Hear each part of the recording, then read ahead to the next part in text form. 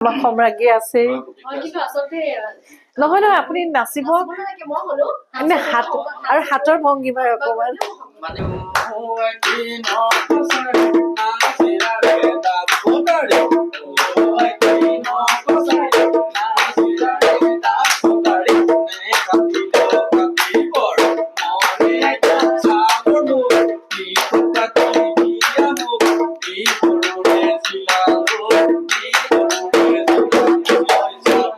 বিহুত কেৱল বিহু নামে বিহু নাচেই নহয়, আমাৰ লোকাচাৰ আছে, পৰম্পৰাগত কিছুমান মৌলিক ৰীতি নীতি আছে।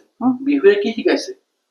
বিহুৱে সংস্কাৰ শিকাইছে, বিহুৱে আমাৰ লোকাচাৰ সমূহ শিকাইছে, জ্যেষ্ঠজনক সেৱা কৰিবলৈ শিকাইছে, বছৰেকৰ বিহুত গৃহস্থই ভকতক সেৱা কৰিবলৈ শিকাইছে। সেইকাৰণে বিহু নামত কৈছে গৰু বিহুৰ দিনা গৃহস্থ যেতিয়া আশীৰ্বাদ লৈ বস্ত্ৰ দান কৰি তেতিয়া বৈকুণ্ঠত স্থান পায়।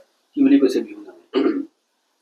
এসোতে চততে চকৰি বহাগতে বগৰী বহাগতে বগৰী জেঠতে আমনা ধান এই গৰু বিহুৰ দিনা বস্ত্ৰদান কৰিবা বস্ত্ৰদান কৰিবা তেহে পাবা বৈকুণ্ঠৰ স্থান। মুঠন কলিয়া আকাশৰ দেৱতা নীলকৰ আছিলাৰৈ কলিমতি লগ পাই ৰঙালী লগে হৈ কলিয়া বৰতে ৰহিলা। আহো বৰতলে যাওঁ বৰতলে বৰে ধপলা পাহাৰ বৰে ধপলা পাহাৰ ওলাব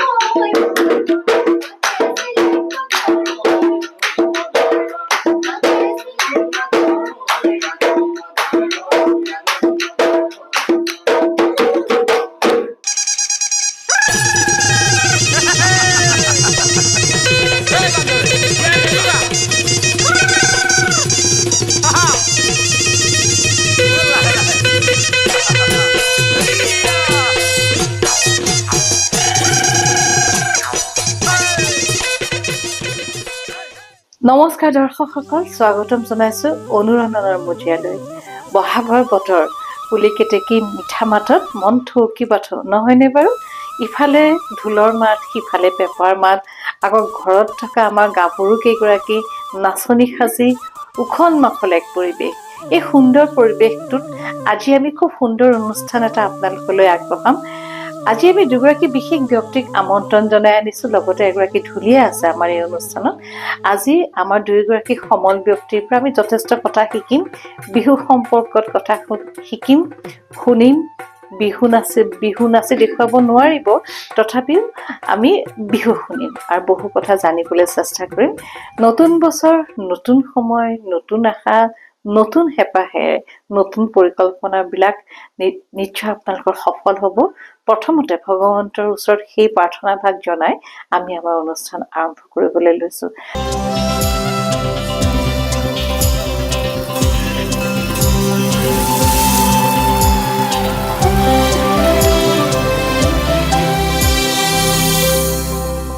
মোৰ এগৰাকী অতি প্ৰিয় ব্যক্তি, যিগৰাকী ব্যক্তি বিহু সংস্কৃতিৰ, লোক সংস্কৃতিৰ এগৰাকী গৱেষক, কিন্তু তেখেতে নিজকে এগৰাকী সাধক বুলি কৈ ভাল পায়। গুৱাহাটীস্থিত ৰাধা গোবিন্দ বৰুৱা মহাবিদ্যালয়ত তেখেত অধ্যাপক আৰু তেখেত হৈছে ডক্টৰ দীপেন দাস। মহাশয় স্বাগতম জনাইছো। আমাৰ লগত আছে খুব সুন্দৰ এগৰাকী বিহুৱতী, তেখেত বিহু সম্ৰাজ্ঞী আৰু তেখেত হৈছে প্ৰতীক্ষা ৰাণী বৰগোহাঁই। প্ৰতীক্ষা, আপোনাক স্বাগতম জনাইছো। নমস্কাৰ। ঢোলটো লৈ এজন ঢুলীয়া মোৰ কাষতে আছে আৰু ঢোলটো বজালে জানেই নহয় মন ৰাইজাই কৰে। আমাৰ ঢুলীয়াজন আজি আহিছে জ্যোতিষ্মান দাস। জ্যোতিষ্মানে আজি ঢোল বজাব। আজি আমি শিকিম।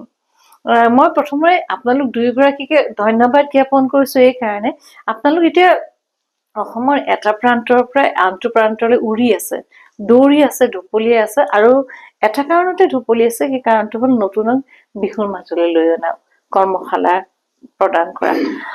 এই কৰ্মশালাৰ যোগেদি নতুন যিবিলাক ল'ৰা ছোৱালী, ল'ৰাই হওক ছোৱালী হওক বিহু নাচটোৰ প্ৰতি তেওঁলোক আকৰ্ষিত হৈছে আৰু সেইটো খুব ভাল লগা কথা আৰু ডাঙৰ কথা শুদ্ধকৈ সুন্দৰকৈ শিকোৱাটো।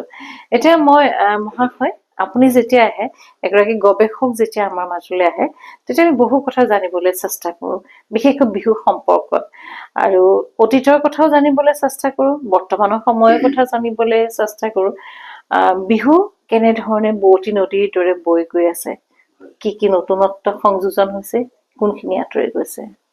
প্ৰথমে আমি অনুৰণন হৃদয়ৰ স্পন্দন অতি সুন্দৰ নাম, অসমৰ পৰিচিত নাম, ইয়াৰ মাধ্যমেৰে আমি সমগ্ৰ অসমবাসী ৰঙালী বিহুত ইয়াৰ পৰা ওলগাৰ শুভেচ্ছা জ্ঞাপন কৰিছোঁ। ইতিমধ্যে ৰঙালী বিহুৰ পৰিৱেশ চৌদিশে বিয়পি আছে। 7 বিহুৰ সময় আমি অসমবাসীক বিহু ওলগ প্ৰথমে জনাইছোঁ, আপোনাকো জনাইছোঁ। বৰ এটা সুন্দৰ বিষয় উত্থাপন কৰিছে। প্ৰথমে আপুনি কৈছে যে ইফালে ঢোলৰ মাত সিফালে ঢোলৰ মাত। মই আকৌ ক'ব বিচাৰিছো ইফালে টকাৰ মাত সিফালে টকাৰ মাত, মাজত হোলেংগুৰি সুতি, টকাৰ মাতে শুনি বাহিল ছটিয়না পুলিয়েও ধৰিলে গুটি। টকাৰ মাতৰ ইমানেই মাধুৰ্যতা আছে, ইমানেই মাদকতা আছে যে বিহু এটা অপৰিহাৰ্য বাদ্য, বাহিৰে নিৰ্মিত এই টকাৰ মাত ইমানেই শুৱলা যে পুলিয়েও গুটি লৈ উখালি মেলে। সেইকাৰণে কৈছে পুলিয়েও ধৰিলে গুটি। মই বিহু নাম পাতিৰ কথাখিনি আৰম্ভ কৰিছো। আমাৰ এটা কথা মনত পৰে যে বিহু গীতত নাই যি, অসমত নাই সি। অসমত যি আছে বিহু নামত আছে, বিহু গীতত আছে। আৰু সময় পৰিৱৰ্তনশীল। আপুনি কৈছে যে ৰঙালী বিহু বা আমাৰ তিনিটি বিহুৰ যি সুকীয়া সুকীয়া শৈলী, এই শৈলী সময়ৰ সোঁতত ই পৰিৱৰ্তন হোৱাটো স্বাভাৱিক। আমি কেতিয়াও এৰাই চলিব নোৱাৰো। কিন্তু আমি এই কথাটো এৰাই চলিলে নহব যে ইয়াৰ যে মূল সুঁতি যিটো, ইয়াৰ যিটো ঘাই শিপাডাল, তাৰ যে হেৰফেৰ নহয়, সেই কথাটোৰ প্ৰতি আমি সদায় সচেতন হৈ থাকিব লাগিব। আৰু সেইকাৰণে আপুনি কোৱা কথাটোৱে মই দোহাৰিব বিচাৰিছো যে ৰঙালী বিহুৰ সময়ত আমাৰ ৰঙালী বিহু যি পৰিৱেশ কলা হুঁচৰি কেৱল পুৰুষৰ অনুষ্ঠান, ডেকা গাভৰুৰ মুকলি বিহু আৰু গাভৰুসকলৰ বিহু যাক গাভৰু বিহু, জেং বিহু বা টকা বিহু বুলি কয়, এই তিনিটা পৰম্পৰাগত শৈলীৰ বহুল প্ৰচাৰ। আপুনি কৈছে যে বিভিন্ন কৰ্মশালা বা আখৰা সমূহ হয় বিহুৰ সময়ত ছাত্ৰ ছাত্ৰীসকলক উঠি অহা নৱপ্ৰজন্মক আমাৰ বিহু নাচৰ যি এটা পৰম্পৰাগত শৈলী, এই শৈলীৰ বিষয়ে আভাস দিয়াৰ সমগ্ৰ অসমত উজনিৰ পৰা নামনিলৈকে মধ্য অসমলৈ সামৰি চৰ্চা হয়। এটা খুব ভাল লগা কথা। আৰু ইতিমধ্যে বিহু এটা বিদ্যায়তনিক বিষয় হৈছে। উচ্চতৰ মাধ্যমিকৰ প্ৰথম আৰু দ্বিতীয় বৰ্ষত বিহু এটা পাঠ্যক্ৰম। গতিকে এই পাঠ্যক্ৰমত পৰম্পৰাগত শৈলীৰ কথাখিনি সন্নিৱিষ্ট কৰা আছে। যিসকল ছাত্ৰ ছাত্ৰী এই পাঠ্যক্ৰম অধ্যয়ন কৰিছে ইয়াৰ আভাসখিনি পাব। যিসকলে নাই কৰা সেইসকলৰ কাৰণে এটা বুনিয়াদ হয়, এটা ফ্ৰেম হয়, এটা ষ্ট্ৰাকচাৰ হয়। তাৰ কাৰণে আমাৰ বিহু সাধকসকলে অহৰহ প্ৰয়াস কৰি আহিছে। কিন্তু আমি এই কথাটো পাহৰি গলে নহব। বিহু বুলি কলে কেৱল কেইটামান ঢোলৰ চাপৰ বা কেইটামান বিহু নাম, কেইটামান নাচোন ভংগীমা বুলি কলে কিন্তু হব। আমাৰ বিহুত কেৱল বিহু নামে বিহু নাচেই নহয়, আমাৰ লোকাচাৰ আছে, আমাৰ পৰম্পৰাগত কিছুমান মৌলিক ৰীতি নীতি আছে। বিহুৱে কি শিকাইছে? বিহুৱে সংস্কাৰ শিকাইছে, বিহুৱে আমাৰ লোকাচাৰ সমূহ শিকাইছে, জ্যেষ্ঠজনক সেৱা কৰিবলৈ শিকাইছে, বছৰেকৰ বিহুত গৃহস্থই ভকতক সেৱা কৰিবলৈ শিকাইছে। সেইকাৰণে বিহু নামত কৈছে গৰু বিহুৰ দিনা গৃহস্থ যেতিয়া আশীৰ্বাদ লৈ বস্তু দান কৰি তেতিয়া বৈকুণ্ঠত স্থান পায়। কি বুলি কৈছে বিহু নামত?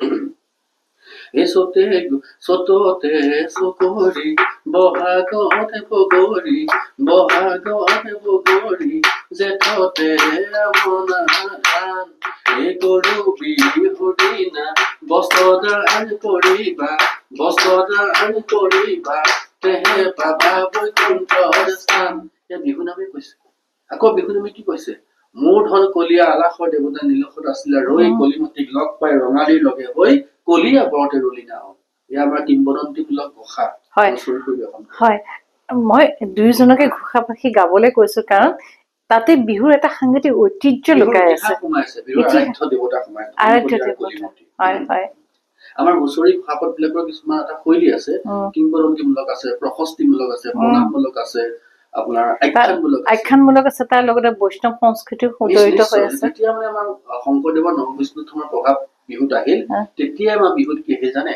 ৰাম কৃষ্ণ হৰি কথাটো আহিল। আগতে আছিল আমাৰ এই যিখিনি আমি কলো মোৰ ধন কলিয়া আলাসৰ দেৱতা নীলগত আসিলাৰৈ কলি মতি লগ পাই ৰঙালী লগত হৈ কলিয়া বৰতে ৰহিলা। ইয়াৰ আছে আমাৰ কিংবদন্তিমূলক ঘোষা। ইয়াত কিন্তু গোবিন্দাই ৰাম নাই, শুনিছানে? ইয়াত নাথাকে, নাছিল। কাৰণ বিহুত আপোনাৰ মই আৰু এটা কথা দোহাৰিব বিচাৰিছো, প্ৰতীক্ষায়ো কব, মই কথাটো কৈছো যে বিহুত আমাৰ সদায় মহিলাসকলক আগস্থান দিয়া হৈছিল, স্ত্ৰীক সন্মান কৰা হৈছিল। কাৰণ বিহুত হৰি পিছত আহিছে, প্ৰথম আহিছে আই সৰস্বতী। আই সৰস্বতী দেৱী পাৰ্বতী তোমালৈ মানি যাওঁ কি, তোমালৈ মানি যাওঁ কি, তোমালৈ মানি যাওঁ শুকুলা পাৰৈ এমাহে পৰমানে দি। আই সৰস্বতী দেৱী পাৰ্বতী আগস্থান দিয়া। আকৌ কি বুলি কৈছে আপুনি চাব, হে প্ৰথমে প্ৰণাম আই সৰস্বতী, দ্বিতীয় প্ৰণাম হৰি, দ্বিতীয় প্ৰণাম হৰি, তৃতীয় প্ৰণাম গাঁৱৰ গোসামে হৰি যাওঁ নামৰে। আই সৰস্বতী প্ৰথম দেৱীক প্ৰাধান্য দিয়া হৈছে, দ্বিতীয়তে আহিছে হৰি, তৃতীয়তে আহিছে গাঁৱৰ বুঢ়া মেথা। গতিকে আমি নাৰীক যে সন্মান কৰো, এই নাৰীক যে আগস্থান দিওঁ, নাৰী সদায় যে শ্ৰদ্ধাৰ পাত্ৰ, এই কথাটো আমি কোৱা নাই, বিহুৱে আমাক শিকাইছে। যেনেকৈ আমাৰ সংস্কাৰ শিকাইছে, জ্যেষ্ঠজনক সন্মান কৰিবলৈ শিকাইছে, নাৰীৰ প্ৰতিও সন্মান বিহুৱে আমাক শিকাইছে। এতিয়া আকৌ পুনৰ গোসালে গুচি গৈছো, হয়তো আকৌ মাজত ৰখাই দিব, আমি মানে কি হয় পাহৰি যাব কথাবিলাক। আমি গোসালে গুচি আহিছো, এতিয়া আমি কিংবদন্তিমূলক ঘোষাভাগে অকমান ঢোলক পৰিৱেশন কৰিম। যদিও হুঁচৰি পুৰুষৰ, এতিয়া আমি পৰিবেশ্য কলা হিচাপে তিনিজনে পৰিৱেশন কৰিছো। প্ৰতীক্ষা হয়।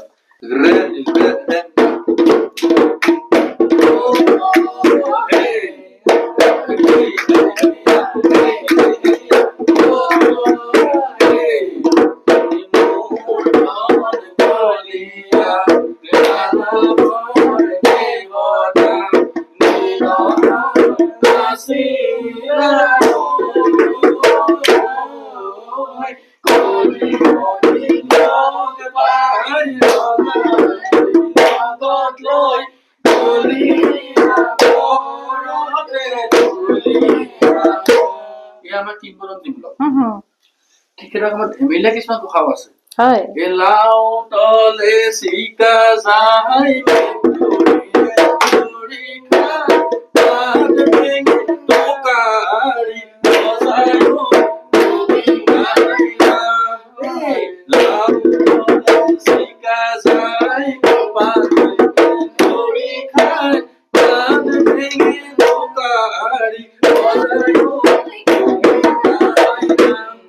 শংকৰদেৱৰ নৱবৈষ্ণৱৰ প্ৰভাৱ আহিল, এয়া গুচি গল কৃষ্ণ হৰি ৰাম হৰি আহিল। কেনেকৈ আহিল? হে কৃষ্ণ হৰি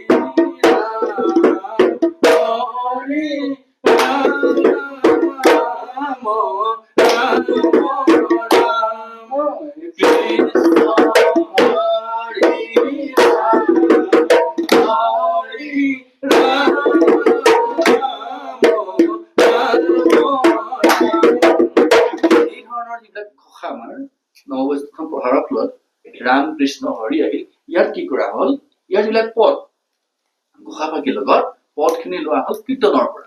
হে প্ৰথমে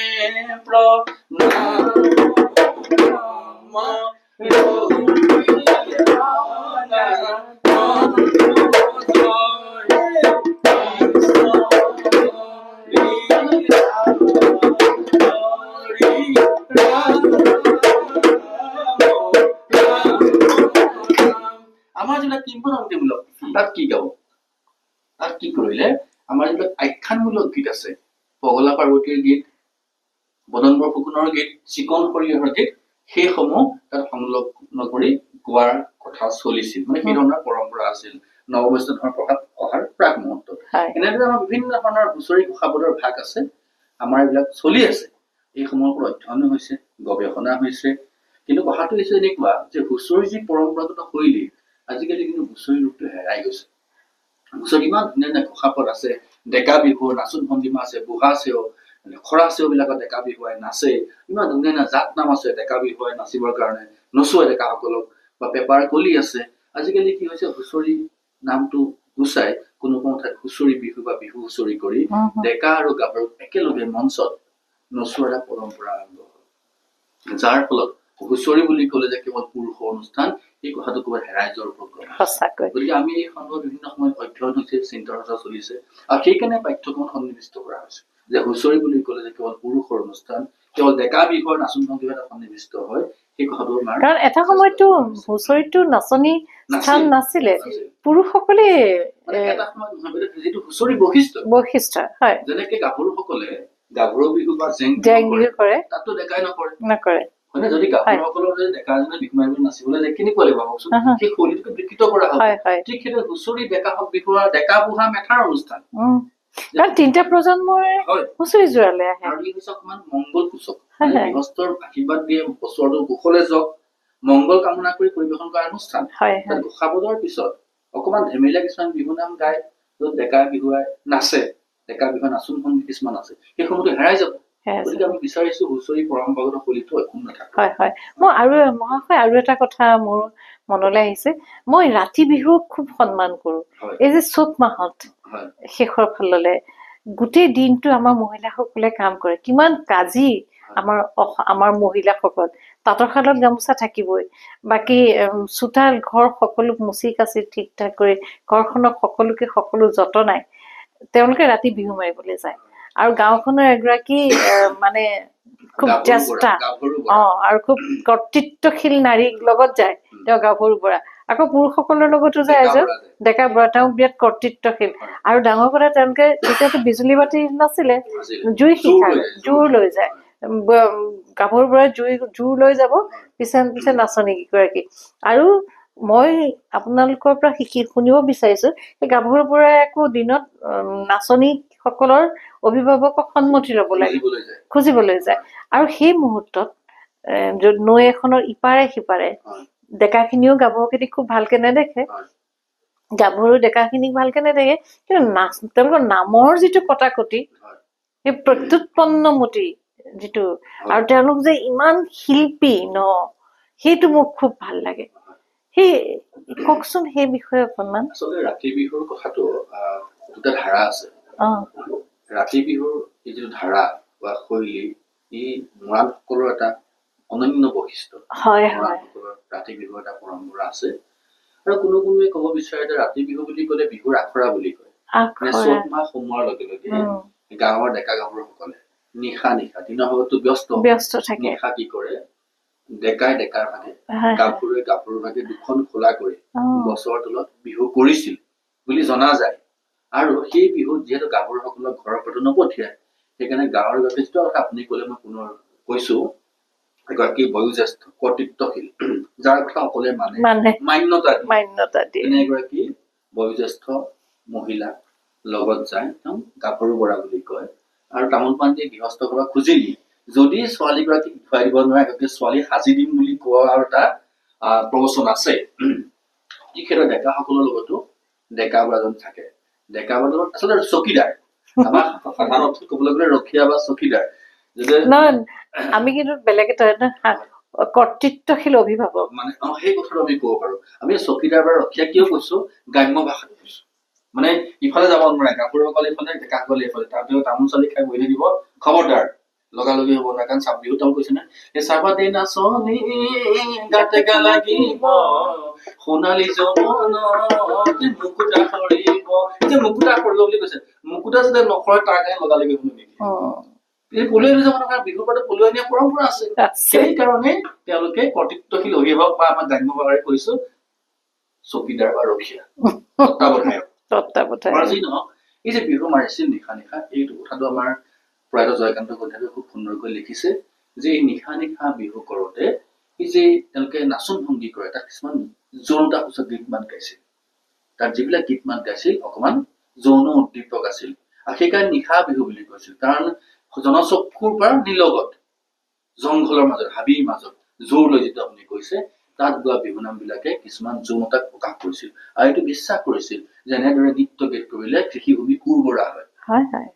কিন্তু কালৰ ক্ৰমত কি হ'ল, সময় বাগৰি মানুহ শিক্ষিত হ'ল, নিশা বিহু কৰিবলৈ নিদিয়া হ'ল, সেই নিশা বিহুটোকে এতিয়া কোনোৱে কয় যে সেয়া মুকলি বিহুৰ ৰূপ ল'লে। আগতে জনচক্ষু বা নিলগত আছিল, এতিয়া জনচক্ষুৰ সন্মুখলৈ আহিল তাৰ ফলত কি হ'ল জনচক্ষু বা নীলগত গোৱা গীত মাত বিলাক পৰিশীলিত পৰিমাৰ্জিত হৈ এতিয়া কিছু নতুন ৰূপ গ্ৰহণ কৰি তাক কোনো কোনে মুকলি বিহু বুলি ক'ব বিচাৰে কিন্তু ইয়াৰ আন এক ধাৰা আছে 1935 চন 1918 চনৰ কথা মই কৈছো তেজপুৰ চতিয়া জামুগুৰিহাটৰ মাধুৰী হাতত 1918 চনৰ প্ৰথম মুকলি বিহু হৈছিল মুকলি মূৰীয়াকৈ বিহু মাৰিছিল সেয়া কিন্তু ৰাতি বিহুৰ অৰ্ধাহাৰটো বা সুকীয়া কোনোৱে কয় উজনি অসমৰ ফালে ৰাতি বিহুৰ পৰা মুকলি বিহুৰ ধাৰাটো আহিছে বুলি কৈছে বা কয় কিন্তু মধ্য অসম বিশেষকৈ উত্তৰ পাৰ ব্ৰহ্মপুত্ৰৰ মুকলি বিহুৰ ধাৰাটো সম্পূৰ্ণ এটা সুকীয়া ধাৰা ৰাতি বিহু বা মুকলি বিহুৰ ধাৰাটো অহা নাই 1918 চনত প্ৰথম মুকলি বিহু আৰম্ভ হৈছিল আৰু 1935 চনত মুকলি বিহু এটা মৰ্যাদা লাভ কৰিছিল উত্তৰ পাৰ বুজি ন নিশা বিহুৰ কথাটো আমি কলো নিশা বিহুৰ গোৱা গীত মাতবিলাক অকমান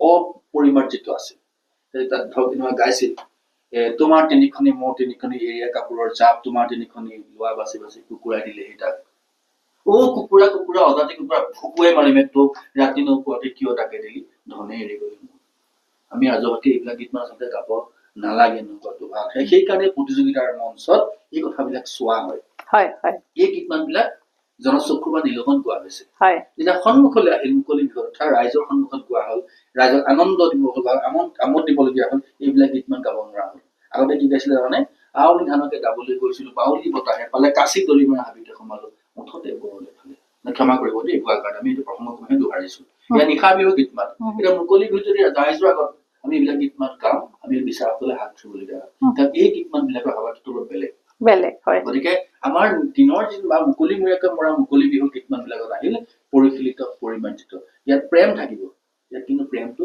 গৌণ মুখ্য হৈ নাথাকে সেইকাৰণে মুকলি বিহুৰ গীত মাত বিলাক সদায় চতুষ্পদী চাৰি গীত মাত বিলাক থাকে জোৰা নাম বিলাক আমি দুটামান জোৰা নাম প্ৰতীক্ষাই গাব আমি অনুৰোধ জনাম এই গীত মাত বিলাক কি হয় জোৰা নাম বিলাকত এটা প্ৰশ্ন থাকে যেনেকে ডেকাজনে সুধিলে কিবা এটা কথা বিহুনৰ মাধ্যমেৰে গাভৰু এটা উত্তৰটো দিব আৰু সেই উত্তৰটো থাকিলেহে কি হব জোৰা নাম তাত প্ৰেম থাকিব প্ৰেমটো কিন্তু দেখা দেখিকৈ থাকে ই নেপথ্যতাৰে বুজি লব লাগিব যেনেকে এটা বিহু নাম বৰ সুন্দৰকৈ গাইছে জোৰা নাম মই উদাহৰণ কৰি চাইছো জ্যোতিষমান বজাবা ৰঙা কৈ গামোচা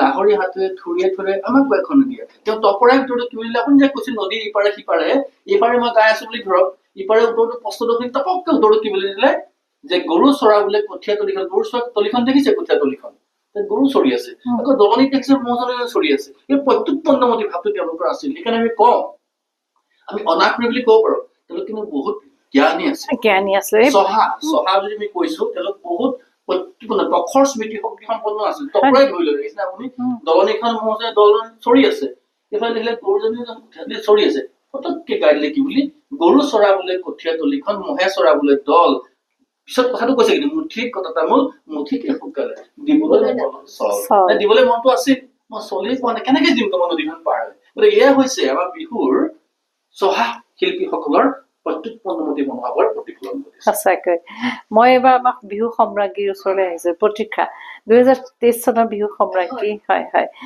এতিয়া মই আমাৰ যিহেতু গৱেষক ডাঙৰীয়া বহি আছে এগৰাকী বিহু নাচনীৰ আটাইতকৈ প্ৰয়োজনীয় গুণখিনি কি কোনখিনিত এগৰাকী বিহু নাচনীৰ শ্ৰেষ্ঠত্বখিনি প্ৰতিফলিত হয় আমাৰ দীপেন দাস ডাঙৰীয়াই সুন্দৰভাৱে বিশ্লেষণ কৰিলে বিহুৰ বিষয়ে এগৰাকী সম্ৰাজ্ঞী বুলি নহয় এগৰাকী বিহুৱতী হবলৈ হলে ভংগীমাৰ বিষয়ে জানিব লাগিব বিহু নামৰ বিষয়ে অলপ তেখেতৰ জ্ঞান হ'ব লাগিব আৰু পৰম্পৰাগত যিটো আমাৰ চলি আহিছে সেই বিষয়ে বিহু নামৰ বিষয়ে বিহুৰ ভংগীমাৰ বিষয়ে অকমান জানিবলৈ ভাল হয় হয় হয় বিহু ভংগীমাখিনি খুব গুৰুত্বপূৰ্ণ নহয় এই মুহূৰ্তত মই প্ৰতীক্ষাক নাচিবলৈ ক'ব নোৱাৰো কাৰণ ইমান অকণমান জেগা তথাপি প্ৰতীক্ষা আপোনালোকে বিভিন্ন সময়ত বিভিন্ন কৰ্মশালাত আপোনালোকে অংশগ্ৰহণ কৰি আহিছে ল'ৰা ছোৱালীখিনিক শিকাই আছে মূলতঃ কোনখিনি কথাত আপোনালোকে গুৰুত্ব প্ৰদান কৰে বিশেষকৈ আমি ভংগীমা শুদ্ধভাৱে মানে ধৰক পৰম্পৰাগতভাৱে যিখিনি ভংগীমা চলি আহিছে আৰু প্ৰতিটো ভংগীমাৰ এটা অৰ্থ আছে আৰু বিহু সদায় প্ৰকৃতিৰ লগতে তুলনা কৰা হয় আৰু ভংগীমাও সেইদৰে প্ৰতিটো ভংগীমাৰ এটা অৰ্থ আছে আৰু সেইখিনি শুদ্ধভাৱে জানি ল'লে আমি বিহুৰ বিষয়ে যদি আমি ভংগীমাৰ বিষয়ে বা পৰম্পৰাগতভাৱে চলি অহা যিখিনি আমাৰ ভংগীমাৰ বিষয়ে আমি জানি লওঁ তেতিয়াহ'লে আমি নিশ্চয় সুন্দৰকৈ বিহু আমি নাচিব পাৰিম হয় হয় হয় আৰু এটা কথা ধৰি লওক কণমানিহঁতে আজিকালি কণমানিও আছে বিহু মানে মৌ কুঁৱৰী আছে বিহু কুঁৱৰী আছে তাৰপিছত বাৰু লতাশিলত বিহু সম্ৰাজ্ঞী শ্ৰেষ্ঠত্ব আৰু এতিয়া কণমানি এগৰাকী বিহু নাচ শিকোৱা আৰু হেৰি এগৰাকী বিহু নাচ শিকোৱা ক'ৰবাত কিবা এটা পাৰ্থক্য আছে নেকি ভংগীমা কথাটো যেতিয়া আহিলে মানে শিকোৱাৰ পদ্ধতি অকণ বেলেগ হ'ব লাগে কাৰণ অকণমানিখিনিয়ে ধৰক আমাৰ যিখিনি পদচালনাৰ পৰা আমি আৰম্ভ কৰোঁ তাৰপিছত ভংগীমাখিনি কিন্তু বিহুৰ ভংগীমা সৰু বিহুৱতীৰ কাৰণে বেলেগ বা ডাঙৰ বিহুৱতীৰ কাৰণে বেলেগ সেইটো নহয় ভংগীমা কিন্তু বিহুৰ নামৰ ক্ষেত্ৰত অকণমান পাৰ্থক্য আছে সৰু বিহুৱতীৰ যিখিনি নামৰ অৰ্থ প্ৰকাশ মানে ধৰক ককায়েকসকলক লৈ পেলাই গাবতো ককাইদেউসকলক লৈ গাব তাৰ অৰ্থখিনি অলপ বেলেগ হ'ব আৰু বৰ বিহুৱতীসকলৰ নামৰ ক্ষেত্ৰত অকণমান পাৰ্থক্য পোৱা যায় প্ৰভাৱ আছে কিন্তু ভংগীমাখিনি বা বিহুৰ ভংগীমাৰ পৰা আদি কৰি বিহুৰ ঢোলৰ চাপৰত নচা নাচ একেখিনি সৰু বিহুৱতীয়ে যিটো বিহু গীত শিকাব বিহু নাম যিফাকে শিকাব সেই কেনেকুৱা হ'ব মই দুজনা ফিৰিকে গাই দিওঁ আৰু নাম এষাৰো গাম সৰুকে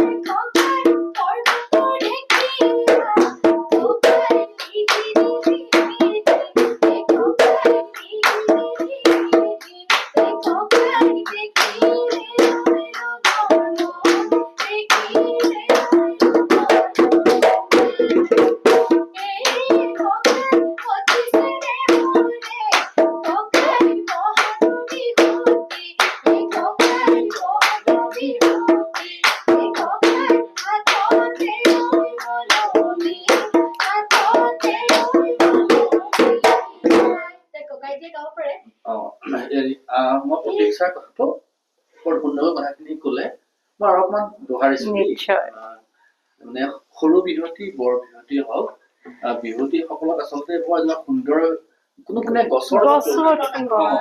গছজোপা যেনেকুৱা দেহা তোমাৰ লাৱনী হৰিণী নয়নী মিচিকি হাঁহি এই তিনিটা বিহুৱতীৰ মূল সমল মানে মই কোৱা নাই যে খুব এগৰাকী হৃষ্টপুষ্ট বিহু নাচনী বা ছোৱালী নাচিব নোৱাৰে অসমত বহুত উদাহৰণ আছে স্বাস্থ্যটো আচলতে হেঙাৰ হ'ব নোৱাৰে লাগিব মানসিক উদ্যম তথাপিতো মানে খোলা মনটো বিহুক অন্তঃকৰণে ভাল পোৱা এই তিনিটা কথা থাকিব লাগিব লাৱনী দেহা হৰিণী নয়নী দেহা তোমাৰ লাৱনী হৰিণী নয়নী মিচিকি হাঁহি ছোৱালীজনীয়ে বৰ সুন্দৰকৈ নাচিছে মুখত যদি হাঁহিও নাই আৰু বিহুত কেতিয়া দুখ নাই বিহুত কৰোণা আছে মানে প্ৰকাশ কৰিব নোৱাৰে বিহু নামে কৈছে এয়া সুধানৰ মৰণা পেলাই দে বহনা জোকাৰি পেলাই এয়া বুঢ়াই জানি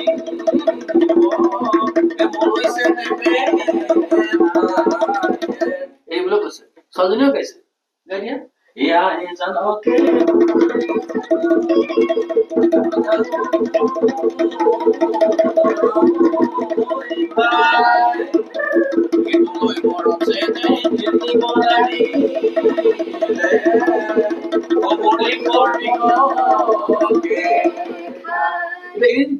গাঁৱতে মই কান্দি ল'ব লাগিব বিহুত কানন নাই বিহু আনন্দ আছে ৰং আছে বিহুৱে দিয়ে ৰঙৰ বতৰা আনন্দৰ বতৰা বিহুৱে নিদিয়ে বিষাদৰ বেদনা গতিকে এইটো বিহুৰ বৈশিষ্ট্য গতিকে আমি কি কথাটোহে কৈছো যে বিহুৱতীগৰাকীয়ে নাচিবলৈ হলে সৰু বিহুৱতী বৰ বিহুৱতী যিয়েই নহওক নাচোন ভংগীমাৰ যিখিনি মান্যতা দিয়া আছে আমাৰ 8টা ভংগীমা এইটো সকলোৰে কাৰণে একেই ঢোলৰ ছয় চাপৰ একেই তফাত আছে বিহু নামসমূহত আপুনি 8টা ভংগীমা বুলি ক'লে হয় 8টা ভংগীমা মানে আমাৰ বিহু নাচত ভংগীমা আছে মুদ্ৰা নাই মুদ্ৰা হৈছে অভিনয়যুক্ত নাচ ভংগীমা শাস্ত্ৰীয় নৃত্যত মুদ্ৰা আছে বিহু নাচত ভংগীমা সেইকাৰণে আমি কওঁ বিহু নাচ বিহু নৃত্য নহয় বিহু নাচ সত্ৰীয়া নৃত্য শাস্ত্ৰীয় নৃত্য বিহু নাচ ভাওনাত বা সত্ৰীয়া নৃত্য আপোনাৰ যুদ্ধৰ কথা কোৱা লগে যুদ্ধৰ মচন দিব যুদ্ধ যাত্ৰা কৰিব তৰলখন লৈ যুদ্ধ কৰিবলৈ যাব কিন্তু বিহুত যদি কয় শদিয়া ৰণলৈ যাওঁ দুখলে নহ'ব নহয় তাত নাচিবই লাগিব গতিকে এয়া হৈছে বিহু নাচৰ বৈশিষ্ট্য যে অভিনয় শূন্য অভিনয়যুক্ত নহয়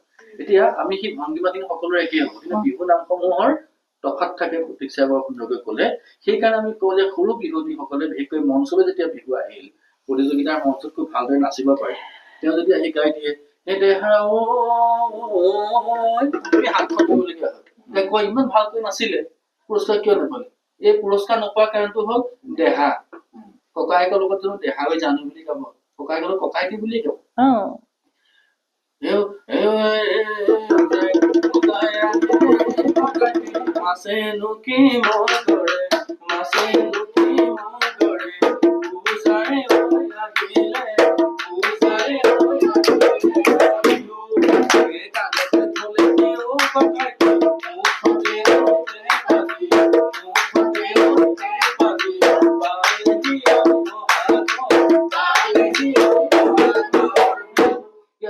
সৰু বিহুসকলৰ বিভিন্ন সময়ত কি হয় প্ৰকৃতিমূলক কৃষ্টিমূলক তেওঁলোকৰ বিভিন্ন সময়ত প্ৰেম প্ৰীতি কথাটো একেবাৰে নাই আৰু তেওঁলোকে গাবলগীয়া সেই ধৰণৰ বিহু নাম কিন্তু বৰ বিহুৱতীসকলৰ ক্ষেত্ৰত আকৌ অকমান জোৰা নাম জাত নাম ফকৰা নাম এইসমূহৰ প্ৰয়োগটো বেছি এতিয়া ফকৰা নাম কোনোৱে কয় ফকৰা নাম ফকৰা যোজনা একে কিন্তু তফাৎ আছে ফকৰা যোজনা আৰু ফকৰা নামৰ পাৰ্থক্য আছে আমাৰ যিহেতু প্ৰতীক্ষা কোনো বিহুৱতী তেওঁ সম্ৰাজ্ঞী কিতাপ পাইছে ফকৰা যোজনা ফকৰা নাম গাইছে ফকৰা নামৰ উদাহৰণ দিয়ে প্ৰতীক্ষা গাই দিলে ভাল আপুনি ধৰক আমাৰ ডেকা বিহুৱে গাইছে ধৰক এই ঢেৰটি লেতেৰি মাটি পালি খাপৈ নাপায় আনিলো তো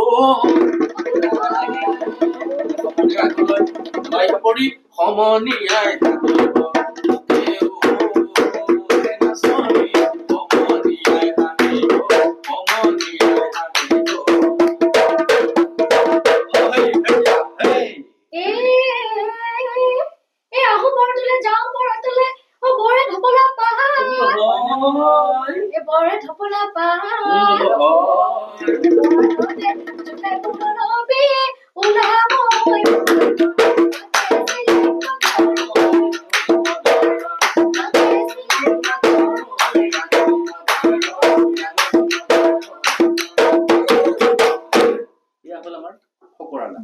ফকৰা নাম মানে অকমান ধেমেলীয়া ব্যংগাত্মক নাম আমাৰ হুঁচৰিটো গাইছিল আকৌ দেই হয় টেকেলি পৰিলে নাদত সমনীয়া টেকেলি পৰিলে নাদত চাই আহোঁতে দুয়োজনী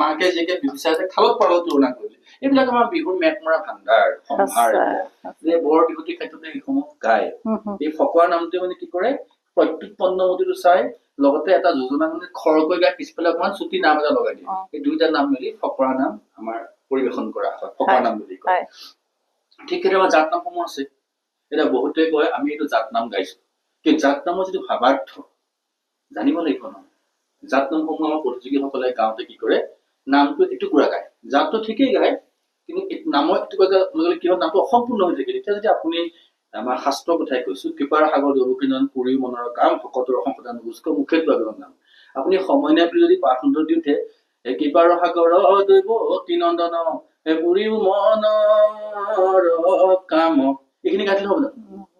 নহ'ব নহয়। আমাৰ প্ৰতিযোগীসকলে একাংশই কি কৰে, এই জাত নামটো নামৰ আধা অংশ গায় সময়ৰ অভাৱত বা পাহৰাৰ কাৰণে বা স্ক্ৰিপ্টখন বেছি দীঘল হয় বুলি কয়। কিন্তু আজিকালি ইমান সুন্দৰ সুন্দৰ পুৰস্কাৰ দিয়ে, আমি বিচাৰো যে সম্পূৰ্ণকৈ প্ৰত্যেকেই পৰিৱেশন কৰক। আপুনি কাক নিদিব কাক দিব, ইমানেই সুন্দৰ পৰিৱেশন কৰে প্ৰত্যেককে প্ৰতিযোগী। গতিকে এই সৰু সৰু কথাবিলাকত জনাটো দৰকাৰ। সকলোৱে নাচ ভালেই নাচে, গণ্ডগোলটো হয় বিহু নামখিনিত। সেইকাৰণে আমি কৈছো বিহু নাচৰ সমান্তৰালভাৱে বিহু নামৰো অনুশীলন হ'ব লাগে, কৰ্মশালা হ'ব লাগে। মই এতিয়া দুয়োগৰাকীকে এটা প্ৰশ্ন সুধিব বিচাৰিছো।